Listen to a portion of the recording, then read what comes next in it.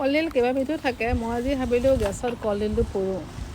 কলডিলটো পুৰিলোঁ এয়া, আৰু গেছত পুৰিলে ভাজোঁতে তেল কম খায়। এয়া এৰাবলৈ সহজ হয়, কোমল হয়, কটা এলাহত থাকি যায় কেতিয়াবা কেঁচা কলডিল কাটিলে। এতিয়া পুৰা কলডিলটো কাটিবলৈ বিৰাট চফ্ট, মানে কোমল। সেয়া পটাপট মই কলডিলটো কাটিলোঁ। আৰু আজি মোৰ মানে ইয়াৰ লগত দিব মাংস নাই দেই, অকল কলডিল ভাজিছোঁ। মানে পুৰা কলডিলৰ ভাজি নিমখ অকণ দি সানিলোঁ, সানি পিটিকি ল'লোঁ পুৰা। আৰু কেৰাহীত মই বহালোঁ গেছত, তেল দিলোঁ। বেছি তেল দিয়া নাই, কাৰণ পুৰা কলডিলত ইমান তেল দি লাভ নাই। কম তেলতে এই ভাজিটো হয়।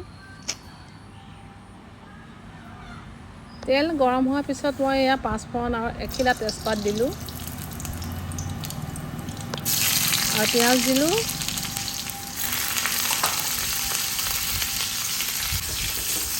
অলপ যেতিয়া পিঁয়াজটো ভাজ খাইছে, মই এই নিমখতো দি থোৱা আছিলে কলডিল, নিমখ সনা, তাতে নিমখ নাই দিয়া, হালধি দিলোঁ।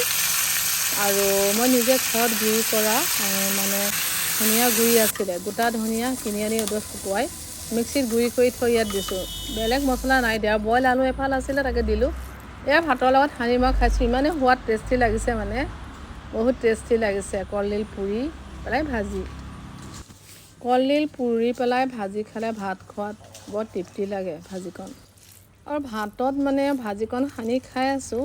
এই ভাজি বনাওঁতে অকণো পানী নিদিয়াকৈ ভাজিকণ বৰ ধুনীয়াকৈ হ'ল।